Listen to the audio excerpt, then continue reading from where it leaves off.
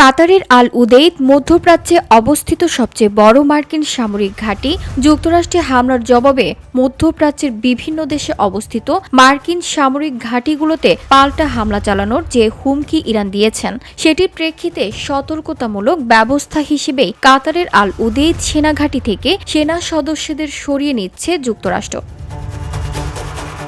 Trump প্রশাসনের একজন কর্মকর্তার বরাত দিয়ে এই খবর প্রকাশ করেছে বিবিসির মার্কিন অংশীদার সিবিএস নিউজ। কাতার সরকারের দেওয়া একটি বিবৃতিতে বলা হয়েছে, মধ্যপ্রাচ্যে বর্তমান আঞ্চলিক উত্তেজনার প্রতিক্রিয়া হিসেবে যুক্তরাষ্ট্র পদক্ষেপ নিয়েছে।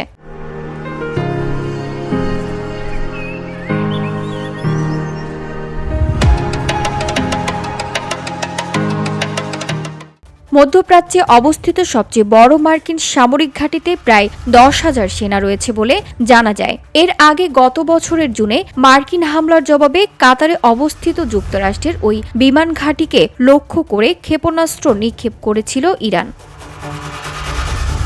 ইরানে বিক্ষোভকারীদের মৃত্যুদণ্ড কার্যকর করা হলে কঠোর পদক্ষেপ নেওয়ার হুঁশিয়ারি দিয়েছে ডোনাল্ড ট্রাম্প। ইরানের বিক্ষোভকারীদের রক্ষায় যুক্তরাষ্ট্র পদক্ষেপ নিতে পারে বলে ধারণা করা হচ্ছে।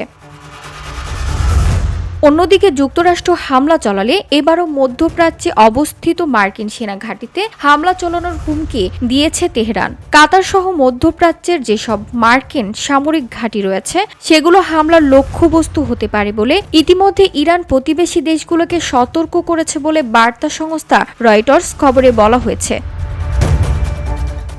এমন পরিস্থিতির মধ্যে আল উদেইদ বিমান ঘাঁটি থেকে মার্কিন সেনা সরানোর খবর এলো।